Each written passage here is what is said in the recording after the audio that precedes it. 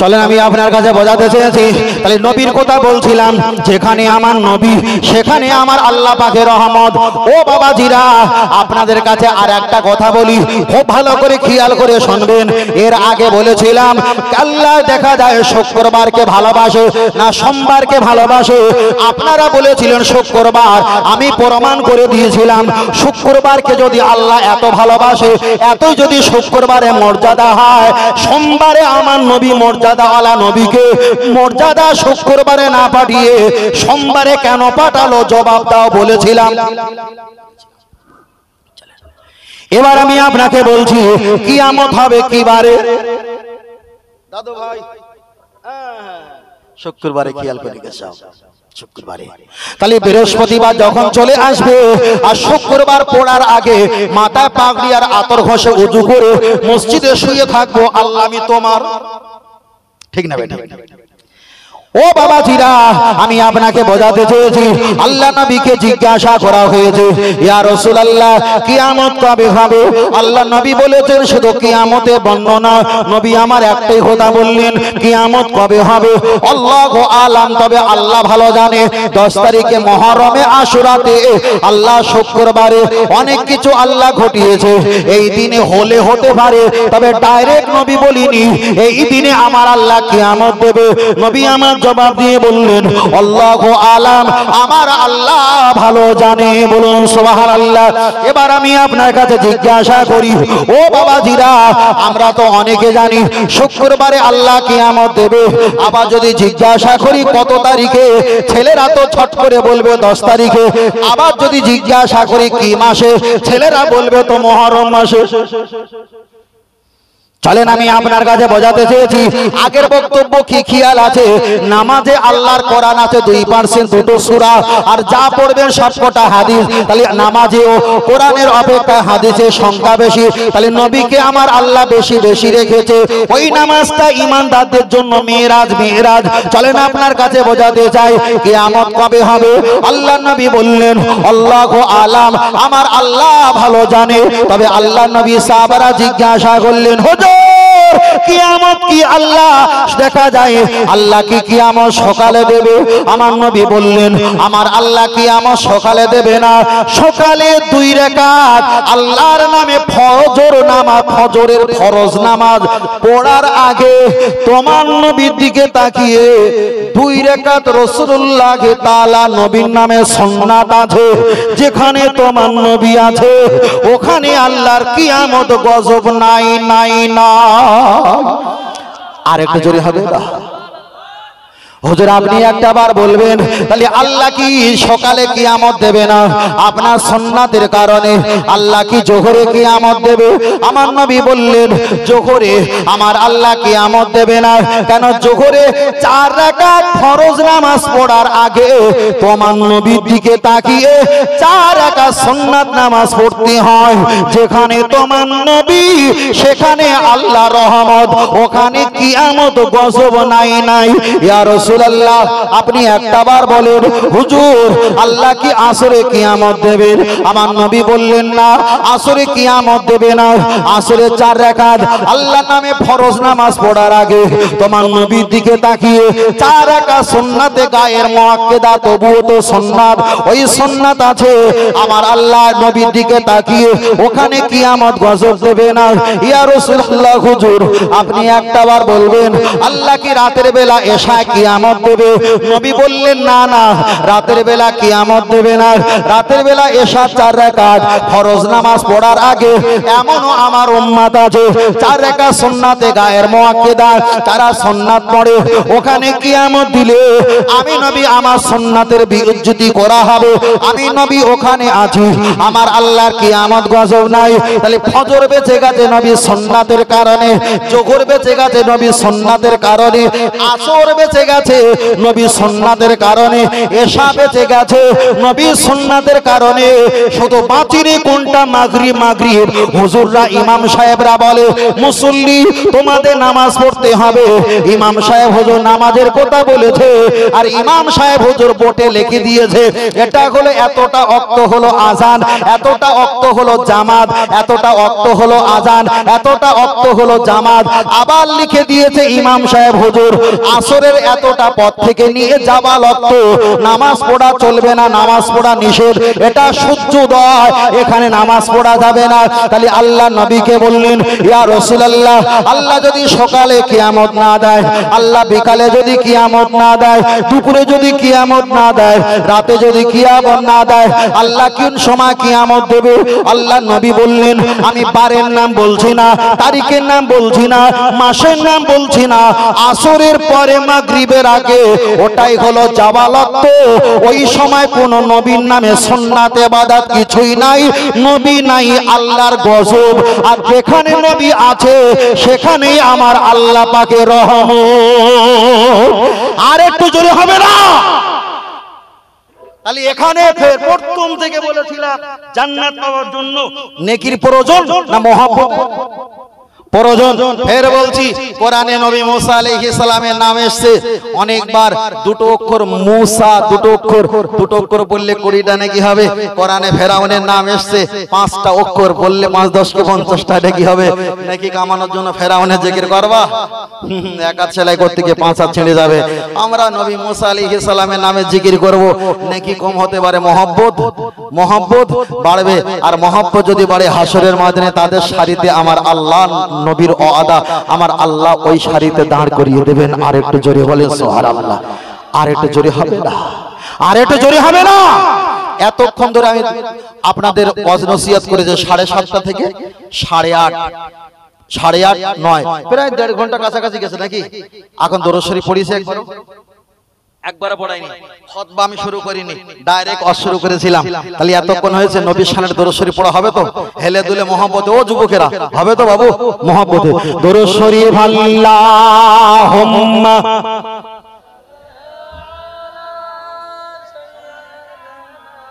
বলা হয় না তো, সমস্যা। হ্যাঁ, পরের বক্তব্যটা বলে দিয়ে কোন উনি জীবনী বলেন, নবী ইসলাম আছে তো, উনি জীবনী বলতেন, আমি এই সাইডটা বলি, উনি এই সাইডটা বলেন সাল্লাল্লাহু আলাইহি ওয়াসাল্লাম। আমরা নবীর নাম শুনে চুম্বন খাই, তাই না? হয়তো এখন খাইনি, এটা আমাদের অলসতা, দুর্বলতা আর দুর্বলতা। কিন্তু আমরা নবীর নাম শুনে চুম্বন খাই। চুম্বন খাওয়ার পক্ষে না বিপক্ষে? কথা বলে না। কই কোথায় এসেছি একদম কথা বলে না। মাল গুছো সবারই যাইছো, মালার বিক্রি করে লাভ নেই। তাহলে আমরা নবীর নাম শুনে চুম্বন খাই, হয়তো এখন খেলাম না, এটা আমাদের দুর্বলতা, অলসতা। কিন্তু খাওয়ার পক্ষে না বিপক্ষে? জি পক্ষে, খাওয়ার পক্ষে, তাই না? আলহামদুলিল্লাহ ভালো। আবার কে একজন বলেছিল হুজুর নবীর নাম শুনে চুম্বন খাবেন? হ্যাঁ, নবীর নাম শুনে চুম্বন খাই। হুজুর কবার খাও? আমরা কমপক্ষে 3 বার খাই, কমপক্ষে 3 বার খাই। তা চট করে বলছে হুজুর নবী বড় না আল্লাহ বড়? আল্লাহু আকবার, আল্লাহু আকবার। যার ব্যাখ্যা হলো আল্লাহ জিয়াদা সবচেয়ে বড় হয়, আল্লাহ বড়, আল্লাহ বড়, আল্লাহ সম কেউ নাই। তাহলে আল্লাহ বড়, তা বলছে আল্লাহ যদি বড় হয় নবীর নাম একবার শুনে চুমু খেয়েছেন কবার? আমি বললাম 3 বার। তাহলে আল্লাহর নাম তো বড়, তাহলে আল্লাহ একবার বললে কবার চুমু খেতে হবে? কবার? বলে 3 3 9 বার। আমি তো আল্লাহ বিরাট আকার রেগে যাবে, বিরাট আল্লাহর বিরাট রেগে যাবে। কেন? আল্লাহর নাম একবার বলেছেন, একবার চুম্বন খেলেন না, আর নবীর নাম একবার বলেছেন 3 বার চুমু খেয়েছেন। অন্তত আল্লাহকে 3 3 9 বার চুমু খাওয়া দরকার ছিল, কেন? আল্লাহ বড়।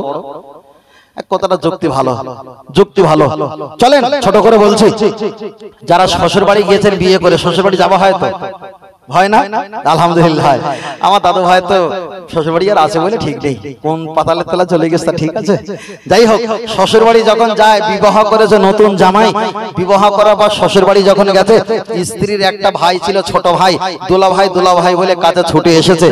ছোট হলে শালা বলে, বড় হলে সম্বন্ধী বলে নাকি? ছোট হলে কি বলে? শালাবাবু বলে। আর বড় হলে সম্বন্ধী বলে, একটা ভাষা আমাদের আঞ্চলিক ভাষা। এখন ওই ছোট শালাবাবু দুলাভাই বল জিকির করতে করতে চলে এসে জড়িয়ে ধরেছে। এখন দুলাভাই কি করেছেন, মুখে একটা চুম্বন দিয়েছে। ছোট ভাই, ছোট বাচ্চা, কাছে ছিল ব্যাগ থেকে মানি ব্যাগে 500 টাকার নোট, ভাইকে দিয়েছে। পর্দা থেকে শাশুড়ি মা দেখেছে, খুশি হবে না রেগে যাবে? খুশি হবে যে আমার ছেলেকে আমার জামাই নিজের ভাই হিসেবে ভালোবেসে ফেলেছে, খুশি হবে। এবার বলেন, নবী একবার নাম শুনে কবার চুমু খেয়েছিলাম? 3 বার।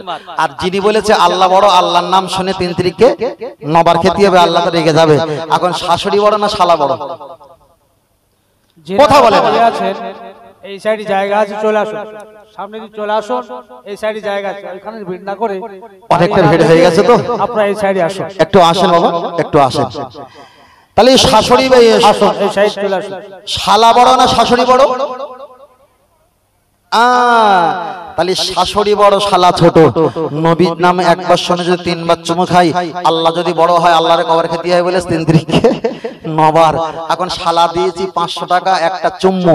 এখন শালা বড় না শাশুড়ি বড়? শাশুড়ি বড় তো। এবার শাশুড়ির কটা চুমু খেতে হবে? কমপক্ষে 3টে। আর টাকা দিতে হবে কত? কমপক্ষে 1500 টাকা। আচ্ছা, শাশুড়িকে কেউ যদি খায় শোনাতে চুমু খায়, হানাফি মাযহাবের মাসলা হলো ওই স্ত্রী সোজা করার লাইন নেই। তাহলে সব জায়গায় কি চুমু খাওয়া যাবে? সব জায়গায় চুমু খাওয়া যাবে না। ওই জন্য কোরআনে বলেছে, তোমরা আমার নবীকে খুশি, আমাকে পেতে গেলে, আমার হাবিবকে পেলে আমাকে পাওয়া হয়ে যাবে, আমাকে রাজি করা হয়ে যাবে। আয়াগফির লাকুম যুনুবাকুম আল্লাহু গফুরুর রহিম। আর আমাকে পেয়ে গেলে তোমাদের গুনাহ রাশি মাপ গুলো আমি আল্লাহ গফুর গফফার নামের বরকতে আমি আল্লাহ মাফ করে দেব। বলুন সুবহানাল্লাহ। আরেকটু সকাল বলি সুবহানাল্লাহ। অনেক সমস্যা থাকে, অনেক সবে। আবার একজন জিজ্ঞেস করে, হুজুর তসবিহ তো গুনি, তসবিহ দানা সামনের দিকে ফেলবো না কোলের দিকে টানবো? লাউ ঠেলা, কোন দিকে যাওয়া? সামনের দিকে ফেলবো না কোলের দিকে টানবো? কথা বুঝতে পেরেছেন? আরে বাবা, এখন তসবিহ তো সোজা মারতে হয় না, কাট কাট করে। আবার সামনের দিকে ফেলা, আবার কোলের দিকে টানা। আঙুলগুলো কি কখন উপর দিকে ওঠে, কখন নিচের দিকে নামে? হ্যাঁ, ওরা বলেছে না, হাতে তসবিহ গুনতে হবে। এসব তসবিহ কাটিতে তসবিহ গোনা কোনো হাদিস নেই, এটা রং। হযরত ওমর ফারুক রাদিয়াল্লাহু তাআলা আন, তিনি ঘুমানোর পূর্বে নেড়ি নেড়ি পাথরগুলো ছিদ্র করেছিল, আর সেখানে তিনি 1000 গুনতিতে পাথর রেখেছিল। আল্লাহুম্মা বিসমিকা আমুতু আহিয়া, ঘুমানোর পূর্বে 1000 পাথরগুলো তিনি পড়ে নিয়ে তারপর ঘুমাতেন। ওমর ফারুক হুজুর যদি এই জামানায় বেঁচে থাকতেন, কত 250-300 গ্রামের পাথর একটা তসবিহ দানা বলে আর গুনতেন না। তিনি আমাদের এই মোটিফাই যুগে এসে ছোট ছোট তসবিহ দানা ব্যবহার করতেন। তাহলে ওটা যদি বড়টা হালাল হয়, ছোটটা এটাও হালালের বাচ্চা, হালাল। কত সত্য না মিথ্যা? সত্য তো। তাহলে এতক্ষণ বলেছিলাম, ওয়াজ করেছিলাম, একটাও নাত গজল কিছু বলিনি আপনাদের সামনে। নবীর পক্ষে যখন বলছিলাম, নবীর পক্ষে 2 লাইন নাত শরীফ পড়ি, নাত শরীফ পড়ি। মাশাআল্লাহ। আল্লাহ ও গো আমার প্রিয় নবী, তোমার প্রেমে পাগল সবই। হায় জন্ম আমার ইন্ডিয়াতে, রেখোছ আমায় পাগল করে। হায় জন্ম আমার ভারতবর্ষে, রেখোছ আমায় পাগল করে। রাসূল তোমায় ভালোবাসি, মনোহরি উঝাড় করে। বুকের মাঝে জ্বালায় আমার, দূর হবে তোমার দিদারে, দূর হবে তোমার দিদারে। ও নবী, সুখে তুমি, দুঃখে তুমি, মুখে তুমি, বুকে তুমি। আয় মায়া যদি লাগে তোমায়, মায়া যদি লাগে তোমায়, দিদার দিও স্বপ্ন যোগে। রাসূল তোমায় ভালোবাসি, মন হৃদয় উজাড় করে।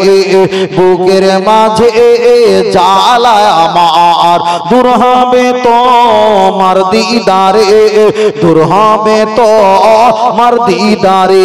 বলেন আমিন। আরেকটু জোরে বলেন আমিন। আরেকটু জোরে হবে না আমিন? আমি এইগুলো নিয়ে একটু বেশি বেশি বলি, তার কারণ অনেক ছেলেদের ভিতরে নামাজ, রোজা, হজ, যাকাত, তাসবিহ, তেলাওয়াত নেই। অন্তত ওদের ঈমানটা বাঁচুক। ঈমান যদি বাঁচে, একদিন না একদিন ইবাদত করবে, অন্তত ওরা নাজাত পাবে। ঈমানটা কিভাবে বাঁচবে সেই প্রাসঙ্গিক নিয়ে আমার এত কিছু ছলনা বলনা কৌশল কিছু কথা, ঠিক না বেটি? শুধু ঈমানটা, ইমানটা তো মজবুত থাক, বুঝলেন তো ইমানটা। আল্লাহু আকবার, আল্লাহ। চলেন আমি আপনার কাছে বলছিলাম, তাহলে প্রমাণ হয়ে গেল কিয়ামত কখন হবে? যেখানে আমার নবী পাকের কোনো ইবাদত, কোনো তাসবিহ তেলাওয়াত জাবা ওয়াক্তে যেখানে পড়া নিষেধ থাকবে, ওই সময় আমার আল্লাহ কিয়ামত দেবে। তাহলে নবী যেখানে নাই, আমার আল্লাহ দয়া মায়া রহমত বরকত নাই, ওখানে শুধু গজব আর গজব। তাহলে এতক্ষণ ধরে আমরা নবীর প্রশংসা করছিলাম, নবী আছে মানে আমার আল্লাহ পাকের রহমত আছে আছে আছে আছে।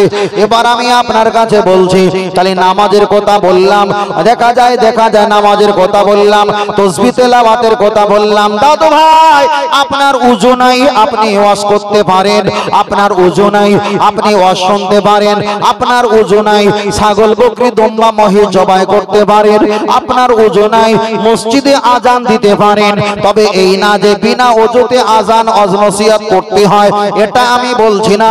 উযু যদি না থাকে কারণ বশত আপনি দিতে পারেন, সমস্যা নেই। তাহলে উযু যদি না থাকে, ওয়াজ নসিহত করা, ওয়াজ নসিহত শোনা, কিংবা দেখা যায় আজান দিতে পারেন। আপনার উযু নাই, ফারা পায়া দেহি, কবরের কাছে গিয়ে দুটো হাত তুলে মোনাজাত করতে পারেন। আপনার উযু নাই, সালামে কিয়াম পড়তে পারেন। আপনার উযু নাই, লা ইলাহা ইল্লাল্লাহ জিকির করতে পারেন। আপনার উযু নাই, আপনি দেখা যায় আল্লাহর নাম নবীর নাম ধরতে পারেন। আপনার উযু নাই, ছাগল বকরি দুম্বা মহিষ মুরগি আপনি জবাই করতে পারেন। আপনার উযু নাই, আপনি তাবিজ লিখতে পারেন। আপনার উযু নাই, ফাতিহা দোয়া খায়ের পড়তে পারেন। আপনার উযু নাই, সেহরি খেতে পারো। আপনার উযু নাই, ইফতার খেতে পারো। আপনি উযু করেছেন, আপনি জালসা এসেছেন, উযু করেছেন, আপনার পরিবার আত্মীয়র বাড়ি ঘোরাফেরা করেছেন, মনে মনে সন্দেহ হচ্ছে আমি নামাজ পড়বো, উযু আছে না নাই। হানাফি মাযহাবের মাসলা হলো সন্দেহযুক্ত উযু নিয়ে নামাজ পড়া যাবে না, আপনাকে উযু করতে হবেই হবে। তাহলে পৃথিবীর জমিনে 90% ইবাদত বিনা উযুতে করা যেতে পারে, কিন্তু সবচেয়ে বড় ইবাদত নামাজ। উযু থাকা অবস্থা যদি সন্দেহ হয়, ওই সন্দেহযুক্ত উযুতে নামাজ পড়া যাবে না, যাবে না। এবার আমি আপনার কাছে বলছি, আপনি নামাজ পড়বেন, আপনি নামাজ পড়বেন, আলহামদুলিল্লাহ ভালো।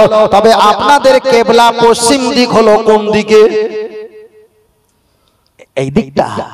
আল্লাহ, ও মাইকে সাউন্ডটা বসে গেছে নাকি? একটুখানি হালকা করে দাও, একটুখানি হালকা করে, একটু বাড়ি বাড়ি দাও। এই পশ্চিম দিক।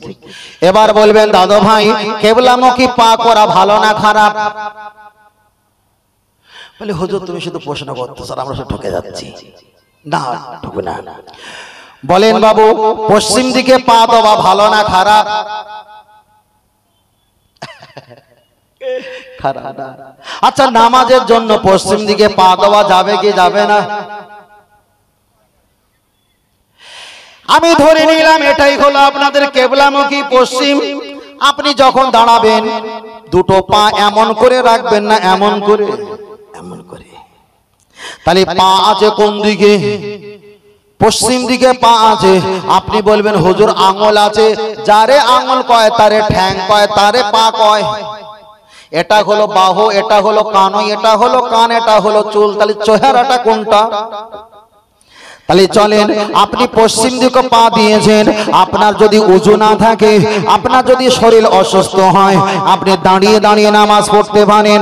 আপনার যদি কষ্ট বেশি হয়, আপনি আসন গড়িয়ে পাটা গুটিয়ে বাবু হয়ে আপনি নামাজ পড়তে পারেন। পা যদি গুটিয়ে নামাজ পড়লে অসুবিধা হয়, আল্লাহর কাবার দিকে পাটা লম্বা করে দিয়ে আপনি নামাজ পড়তে পারেন। উযু করলে যদি রোগের পরিমাণটা বেড়ে যায়, কোরআনে এসেছে তায়াম্মুমের 3টে ফরজ, আপনি তায়াম্মুম করে নিয়েও নামাজ পড়তে পারেন। সেজদা দিতে গেলে মাথার যন্ত্রণা যদি বেড়ে যায়, ইশারা সেজদা দাও। টাকা নেই হজ করো না, টাকা নেই যাকাত দিও না, টাকা নেই ফিতরা দিও না, টাকা নেই দান করো না। দানের মাল যাকাতের মাল ফিতরার মাল গরিব হলে আপনি নিতে পারো, কিন্তু এগুলো টাকা যদি না থাকে আপনার করার প্রয়োজন নেই। কিন্তু মরণের যদি 5 মিনিট যদি বাকি থাকে, ইশারা ইঙ্গিতে আল্লাহর ইবাদত করে বোঝাতে হবে আল্লাহ আমি যে আপনার গোলাম, এটাই হলো তার প্রমাণ। আর একটু জোরে হবে। চলেন আমি আস্তে আস্তে আর একটা পয়েন্টে যাই। ও আমার দাদু ভাই, আল্লাহকে আর নবীকে খুশি করবেন, রাজি করবেন।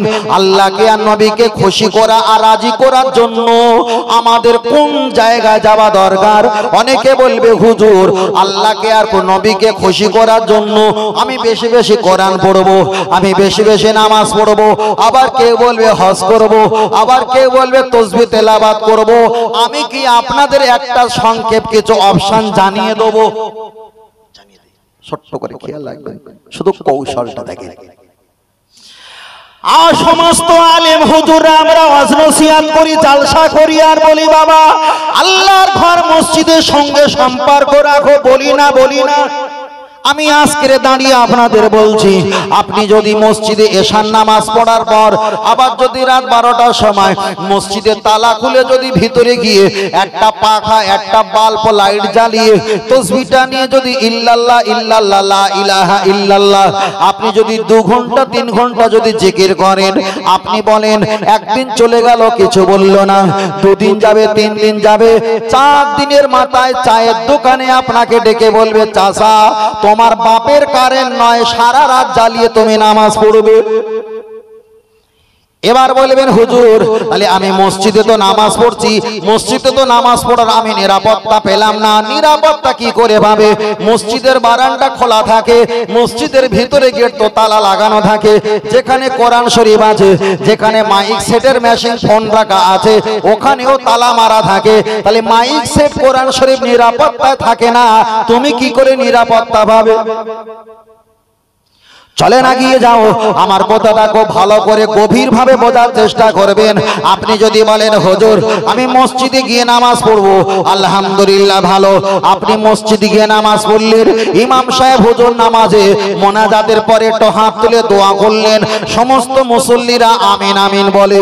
দাদু ভাই তোমার মনটা যদি নরম হয়, তুমি যদি ইমামের দোয়ার দিকে তাকিয়ে একবার যদি হাও হাও করে যদি কেঁদে ফেলো, আমাদের মূর্খ সমাজ এমন মোনাজাতের ভিতরে কেন ঘা দিয়ে বলবে দেখ অবস্থা, দেখ কি কাঁদা কাঁদছে। আপনি বলেন আপনি যখন আবেগ হয়ে আপ্লুত হয়ে আল্লাহর দরবারে আপনি যখন কান্না শুরু করেছেন, একজন যদি কেনর গুঁতো মেরে 5 জন যদি আপনার দিকে তাকায়, আপনার কান্নাটা বাড়বে না কমবে? কান্না তো বন্ধ হয়ে যাবে। তাহলে মসজিদে তো কাঁদার জায়গা, ইবাদত করার জায়গা, ইবাদত করার সুযোগ পেলাম না, বলছে বাপের কারেন্ট না, সারা রাত জ্বালাবে। তাহলে আপনার ভয় লাগে, তার জন্য তো কারেন্ট জ্বালিয়েছেন, তাহলে তো আপনি আর টিকতে পারলেন না। আপনি মসজিদে নামাজের পরে ইমামের দোয়ার সঙ্গে কাঁদলেন, আপনার কান্না নিয়ে অট্টহাসি করেছে, আপনার কান্না নিয়ে সমাজে মুসল্লিরা সমালোচনা করেছে। আপনি বলেন এত সমালোচনা কানে যখন আসবে, আগামী দিন থেকে কি আর কানতে ইচ্ছা হবে? খুব লাইনটা ভালো করে বলবেন, আল্লাহকে নবীকে কিভাবে পাবে সিস্টেমটা জানিয়ে দিচ্ছি। যদি বলেন হুজুর আমি ঘরে গিয়ে নামাজ পড়বো, বারান্দায় নামাজ পড়বো, অবশ্যই ভালো বারান্দা গিয়ে আপনি নামাজ পড়বেন, কোনো সমস্যা নেই। কিন্তু আমাদের সমাজের ঘরের বারান্দার কন্ডিশন শুনে যাও, কেউ করে 7 ফুট, কেউ করে 6 ফুট, কেউ করে 7.5 ফুট, খুব বেশি হলে 8 ফুট। এখন 7 ফুট 8 ফুট বারান্দায় আপনি যখন নামাজ পড়ার নিয়াত করে নামাজ পড়ছেন, আপনার বাড়ি 3টে 4টে নাতি পোতা খেলার আওয়াজ, আপনার বাড়ি বৌমা কাজ কর্মের আওয়াজ, আপনার বাড়ির ছেলে পিলে তাদের হাঁড়ি কড়া বাসন থালার আওয়াজ, এতগুলো সংসারের সদস্যর আওয়াজ গুঞ্জুম, এতগুলো আওয়াজ যখন কানে আসবে, আর কানে নিয়ে ইবাদত করে আল্লাহ আর নবী পাওয়াকে সম্ভব হবে? তৃতীয় অপশন, আপনি যদি বলেন হুজুর আমি ঘরের ভিতরে গিয়ে নামাজ পড়বো, তাহলে হিসাবটা নিয়ে যাও। আমাদের অধিকাংশ ঘরের ভিতরটা কামরা হয় এত বড়, 8x8 কিংবা 8x10, খুব বেশি হলে 10x12। তাহলে 10x12 যদি একটা কামরা হয়, ওই কামরায় একদিকে খাট কিংবা তক্তপোষ থাকে, একদিকে আলনা ড্রেসিং টেবিল থাকে, অপরদিকে মেয়েদের সাজগোছের হরেক রকম জিনিসপত্র থাকে। আপনি বলেন সুন্দর করে নামাজ পড়তে গেলে খাট পিছনে একবার ধাক্কা মারবে, সামনে শোকেশও আপনার মাথায় ধাক্কা মারবে, 2 দিকে ধাক্কা নিয়ে ইবাদত করে আল্লাহ আর নবী পাওয়া কি সম্ভব হবে? তাহলে মসজিদে আপনি জায়গা ফেলেন না, আমার কথাটা ফেলে দেবেন না, আমি অন্য অ্যাঙ্গেলে কথা বলছি। মসজিদে আপনার জায়গা হলো না, দলে দলে যেতে হবে, দলে দলে আসতে হবে। একা একা যদি যাও তাহলে কিন্তু জায়গা পাবে না, আপনার নিয়ে সমালোচনা হবে। বারান্দায় আপনি নামাজ পড়ার সুযোগ পেলেন না, বাড়ির পরিবার কোনো কাজকর্মে চিল্লাচিল্লির আওয়াজ, ঘরের ভিতরে আপনি সুযোগ পেলেন না আসবাবপত্র জীবিকা নির্ভর করার জন্য, আরামায়েশ করার জন্য জিনিসপত্রগুলো আপনার নামাজ পড়ার সুযোগ করে দিলেন না। এবার কেমন করে পড়বেন দাদু ভাই, হিসাবটা নিয়ে যাও। ও আমার দাদু ভাই, আমি একজন ফুরফুরা শরীফ মুদাতি জামান দাদা পীর রহমাতুল্লাহ আলাইহির মতাদর্শের মানুষ। আমি তানার আল আওলাদের মোহাব্বত করে আমি পীর তরিকতের ব্যবহার করি, আমিও তরিকা মশকরি বলি। আমি আপনার কাছে নিয়মটা বলতে খুব বাধ্য হয়েছে। দাদু ভাই, আপনার 10 কাঠা কিংবা 5 কাঠা ভিটে বাড়ি আছে, আপনি 4-5টা কামরা বানিয়েছেন। একটা আপনার বড় ছেলে বড় বৌমা থাকে, এটা ভালো। আপনার মেজো ছেলে মেজো বৌমা থাকে, ওটাও ভালো। আপনার বাড়ি একটা কিচিং রুম বানিয়েছে, রান্নাশাল বানিয়েছেন, অবশ্যই ওটা ভালো। 2 লক্ষ টাকা দিয়ে টয়লেট পায়খানা ঘর বানিয়েছেন, অবশ্যই ওটাও ভালো। আপনার বাড়ি বাইক আর সাইকেল রাখার জন্য সুন্দর করে একটা কামরা বানিয়েছো, অবশ্যই ভালো। আপনার নাতি লেখাপড়া করার জন্য স্পেশাল তাকে একটা কামরা দিয়েছো, অবশ্যই ভালো। তবে দাদু ভাই, তোমার মাথা কাঁটাল রেখে তোমার বাড়ি পরিবারগুলো খেয়ে নিচ্ছে, এটা কি তুমি দেখতে পাও না? তোমার বাড়ির ছেলে বৌমা জায়গা পেয়েছে, মেজে বৌমা জায়গা পেয়েছে, নাতি জায়গা পেয়েছে, ছাগল বিড়াল জায়গা পেয়েছে, আপনার সাইকেল বাইক জায়গা পেয়েছে, রান্না করা কিচিং রুম জায়গা পেয়েছে, পায়খানা করার জন্য 2 লক্ষ টাকা দিয়ে খরচা করে ওটাও জায়গা হয়েছে। আপনি বলেন দাদু ভাই, তুমি যে বলো আমি বড় ইবাদত করি, আমি বড় নামাজি, মসজিদেও তো জায়গা পেলে না কাঁদার জন্য, বারান্দাও কাঁদার জন্য জায়গা পেলে না, ঘরের ভিতরে আল্লাহর কাছে কাঁদবে তাও তো জায়গা পেলে না। সব তো ছেলে বৌমা নাতি পোতারা, ওরা আপনার ঘরগুলো দখল করে নিয়েছে। দাদু ভাই, একটাবার বলবে, তুমি যে আল্লাহকে আর নবীকে খুশি করবে, কোন জায়গায় গিয়ে তুমি কেঁদেছো, একটাবার হিসাব দাও। তবে আমি আপনার কাছে বলবো ভাই, আপনার ভিটে বাড়ির সঙ্গে আপনি একটা ঘর বানাও, আপনার ঘরের সঙ্গে ওই ঘরে কেউ থাকবে না, ওখানে থাকবে টুপি, ওখানে থাকবে হাজি রমাল, ওখানে থাকবে শর্মা আতর গোলাপ, ওখানে থাকবে নামাজ শিক্ষা কোরআন শরীফ, ওখানে থাকবে একটা পানির বোতল, শুকনো বিস্কুট, খাবার মুড়ি থাকবে। আপনি ফজর নামাজ পড়ার আগে, ফজরে ইমাম সাহেব মুয়াজ্জিন আজান দেওয়ার আগে 1 ঘন্টা আগে আপনি উজু পায়খানা প্রসাব করে নিয়ে কিছু খাওয়া দাওয়া পারোটা খেয়ে নাও।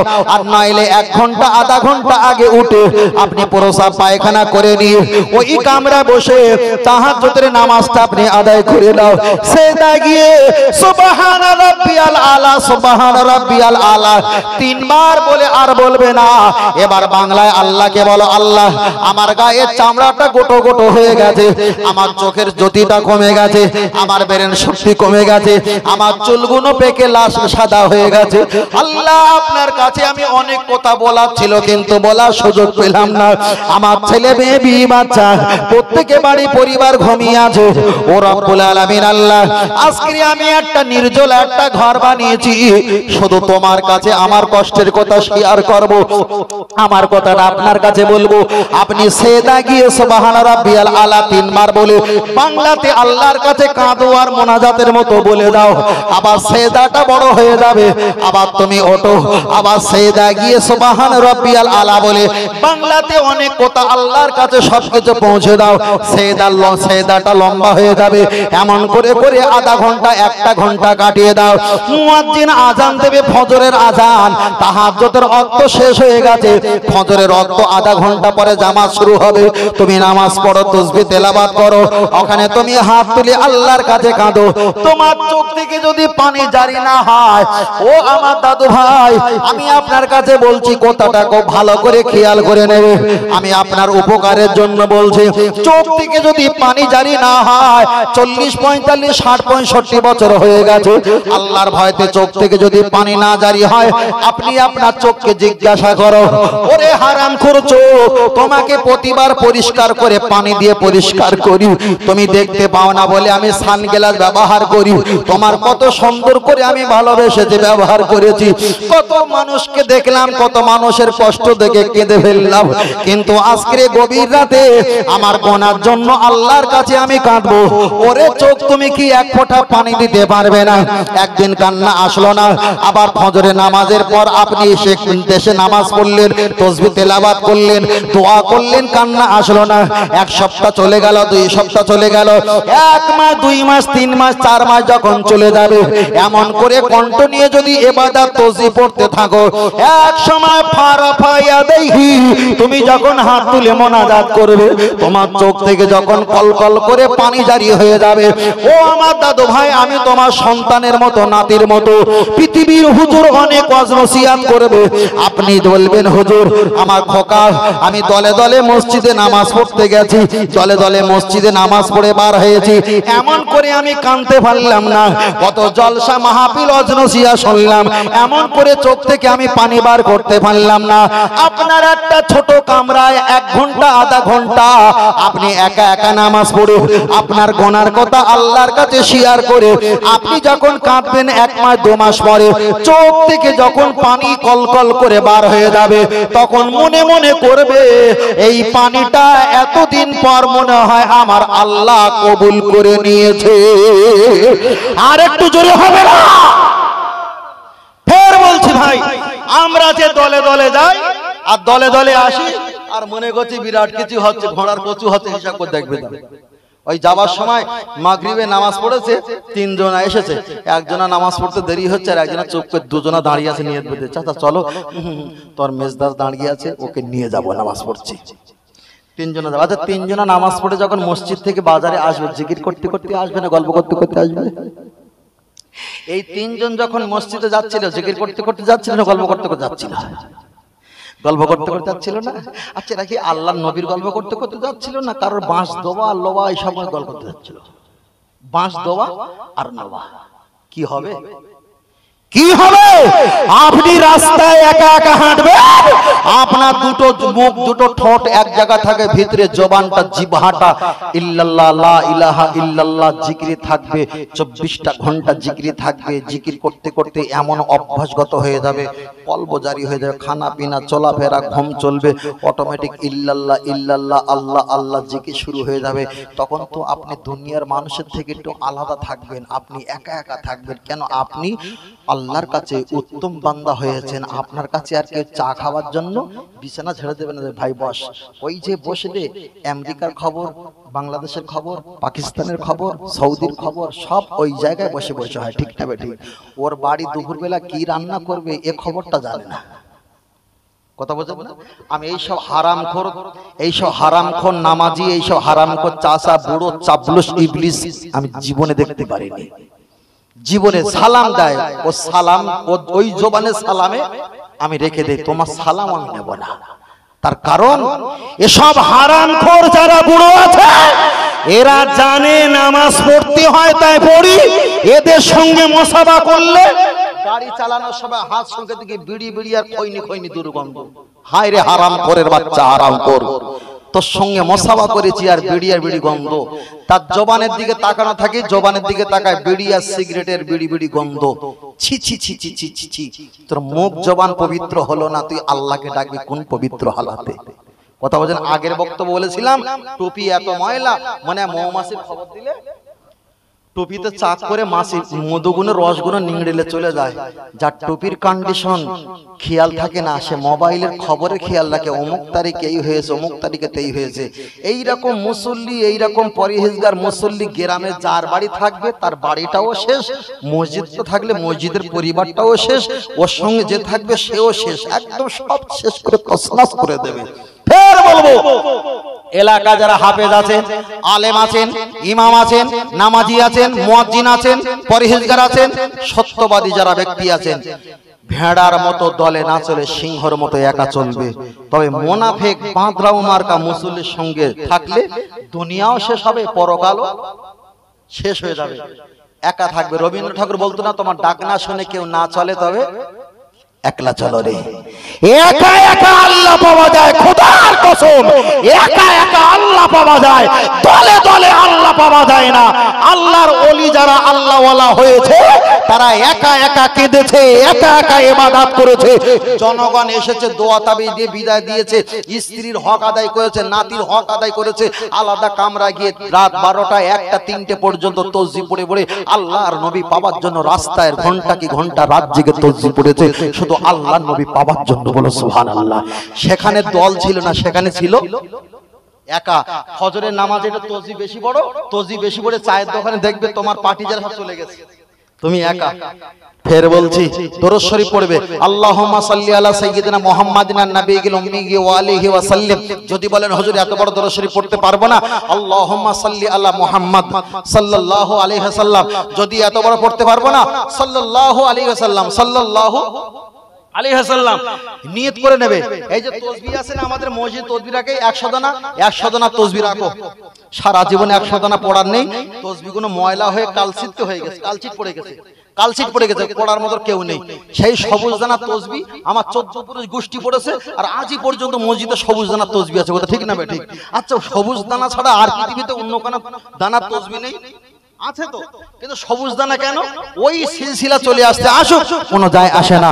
আমি বলছি নিয়াত করবেন প্রতিদিন 500 বার দরুদ শরীফ পড়ব, প্রতিদিন হয় লা ইলাহা ইল্লাল্লাহ জিকির 500 বার করব, আর না হয় তওবা শরীফ 500 বার করো, যে কোনো একটা 500 বার করবে। 500 বার দরুদ তওবা শরীফ পাঠ করলে আল্লাহর নবী হাদিস শরীফে অনেক কটা ব্যাখ্যা বলেছে, তার ভিতরে একটা ব্যাখ্যা হলো তার জবানের দাম তাসির হবে, তার চেহারাটা উজ্জ্বলতা হবে, পাপের কাজ থেকে দূরে থাকবে। ফজরের নামাজ পড়ে মোবাইলে চলে যাও, ওই হি হি হি হি যখন কানে আসবে মেজাজ গরম হয়ে যাবে, তখন মনে করবে আমার তওবার রিয়াকশন। বলো সুবহানাল্লাহ। কথা বুঝতে পেরেছেন? তওবা শরীফ পাঠ করবেন, কি হবে? দরুদ শরীফ পাঠ করবেন। রাতের বেলা ঘুমিয়ে পড়েছেন, সাল্লাল্লাহু আলাইহি ওয়াসাল্লাম, সাল্লাল্লাহু আলাইহি ওয়াসাল্লাম পড়তে পড়তে ঘুমিয়ে পড়েছেন, আবার ঘুম ভেঙে গেছে, তাসবিহ কোথায় আছে খুঁজে নেন, আবার নিয়ে সাল্লাল্লাহু আলাইহি ওয়াসাল্লাম পড়তে পড়তে পড়তে পড়তে আবার ঘুমিয়ে পড়েছেন, তাসবিহ কোথায় গেছে যায় জাগে, আবার যখন ঘুম ভেঙে যাবে তাসবিহটা খুঁজে নিয়ে আবার 2-4 বার 10 বার 20 বার পড়তে পড়তে ঘুমিয়ে পড়লো। রাসূল বলেছে আমার নামে দরুদ শরীফ পাঠ করলে রাতের অন্ধকারে আমি রাসূল তার সঙ্গে দিদার নসিব হয়ে যায়। আর যার সঙ্গে একবার নবী দিদার নসিব হয়ে যাবে, সে আর দলে থাকবে না, আলাদা একা থাকবে, তার জবানে উল্টো পাল্টা কথা বলবে না, ইজ্জতের দাম থাকবে, জবানের দাম থাকবে, যেমন তেমন কথা শুনবে না, যেমন তেমন জিনিস দেখবে না। যে নবীর দিদার পাবে, মরণে কোনো টেনশন নেই, কবরে কোনো টেনশন নেই, হাসরে কোনো টেনশন নেই, মিজানে কোনো টেনশন নেই, জাহান্নামে যাবারও কোনো টেনশন নেই। কেন? নবী তার হয়ে গেছে, তিনি নবীর হয়ে গেছে, আর নবী যার হয়েছে আমার আল্লাহও তার হয়ে গেছে। জোরে বলেন। এর ভিতরে যদি জিজ্ঞেস করা হয় ভাই ও মাথা থেকে এ মাথায় এত দাড়িওয়ালা সাদা দাড়িওয়ালা আছে, কে কওয়া নবী দিদার পেয়েছেন? মনে হয় পাওয়া বলে খুবই সন্দেহ হয়। নামাজ পড়েছেন ক বছর? 60 বছর, 70, 60 বছর, 30 বছর, 40 বছর, 65 বছর, ভালো। তবে আমরা কিছুটা বুঝতে পারি, কিছুটা মুসাফা করলে না কিছুটা বুঝতে পারি। তবে যাই হোক, আল্লাহ আমাদের মুরব্বী যারা আছেন, যারা নবীর দিদার পেয়েছেন, নবীর পক্ষে যারা আছেন, নবীর মোহাব্বত যারা আছেন, আল্লাহ তাদের দিকটাকে আমাদেরকে যেন কবুল করে নেন। বলেন আমিন। আর একটু জোরে হবে না? আর একটু হবে না? বললো ইয়া রাসূলুল্লাহ ইয়া হাবিবাল্লাহ, সবাই বলো, বললো ইয়া রাসূলুল্লাহ ইয়া হাবিবাল্লাহ, আওয়াজ তোলো, বললো ইয়া রাসূলুল্লাহ। আওয়াজ হবে না গো বাবা, মরিচিকা পড়ে গেছে। হ্যাঁ, কদিন একটা গান বার হয়েছিল না, মোবাইলের বডি গুলো কত টাকা দাম? 5 টাকা দাম। ওই কাঁচা বাদামটা বলছি না শুরু করে, কেন বলি কপিরাইট আসবে। কথা বুঝতে পারছো? তোমারও ক্ষতি হবে, আমারও ক্ষতি হবে, কপিরাইট আসবে। মোবাইলের বডি গুলো 5 টাকা দাম। কি হয়েছে ভাই? শেষ নবী সাদিয়া রাসূলুল্লাহ ইয়া হাবিবাল্লাহ, তুমি আল্লাহর রাসূল, তুমি আল্লাহর বন্ধু। বললো ইয়া রাসূলুল্লাহ ইয়া হাবিবাল্লাহ, জোরে জোরে ইয়া রাসূলুল্লাহ। গোলাপ নীলাম গাধা নীলাম নীলাম রজনী গন্ধা মনের সুখে মালা গেঁথেছি সকাল থেকে সন্ধ্যা তবে একবার দেখা দাও যদি ও গো কামলি ওয়ালা একবার দেখা দাও যদি ও গো মদিনা ওয়ালা হাসি মুখে পাঠাবো তোমায় হাজার কি আমের নজরানা বলো বলো ইয়া রাসূলুল্লাহ জোরে বলো বলো ইয়া রাসূলুল্লাহ বাহ হলুদ ফুলকে পোষণ করি তুমি রংটি কোথায় পেলে মায়ার নবীজির নূরানি চেহারা হলুদ ছিল বলে বলো সুবহানাল্লাহ আর একটু জোরে বলে আর একটু জোরে হবে সাদা রঙকে পোষণ করি তুমি রংটি কোথায় পেলে নূর নবীজির নূরানি দাঁত সাদা ছিল বলে তাই হলুদ সাদার দোকান থেকে তুলে গেঁথেছি মালা সুযোগ পেলে পাঠাবো তোমায় হাজার কি আমের নজরানা তবে একবার দেখা দাও যদি ও গো কামলি ওয়ালা একবার দেখা দাও যদি ও গো মদিনা ওয়ালা হাসি মুখে পাঠাবো তোমায় হাজার কি আমের নজরানা বলো বলো ইয়া রাসূলুল্লাহ ইয়া হাবিবাল্লাহ জোরে জোরে ইয়া রাসূলুল্লাহ সবুজ রঙকে পোষণ করি তুমি রংটি কোথায় পেলে জান্নাতি ঘুরে নারীর পোশাক সবুজ থাকবে বলে আর এটা জোরে বলে সুবহানাল্লাহ আর এটা জোরে হবে না আর এটা জোরে হবে না লাল রঙকে পোষণ করি তুমি রংটি কোথায় পেলে ওহদ ময়দানে নবীজি রক্ত লাল ছিল বলে তাই লাল সাদা হলুদ সবুজের দোকান থেকে তুলে গেঁথেছি মালা সুযোগ পেলে দাঁড়িয়ে পাঠাবো হাজার কি আমের নজরানা তবে একবার দেখা দাও যদি ও গো কামলি ওয়ালা একবার দেখা দাও যদি ও গো মদিনা ওয়ালা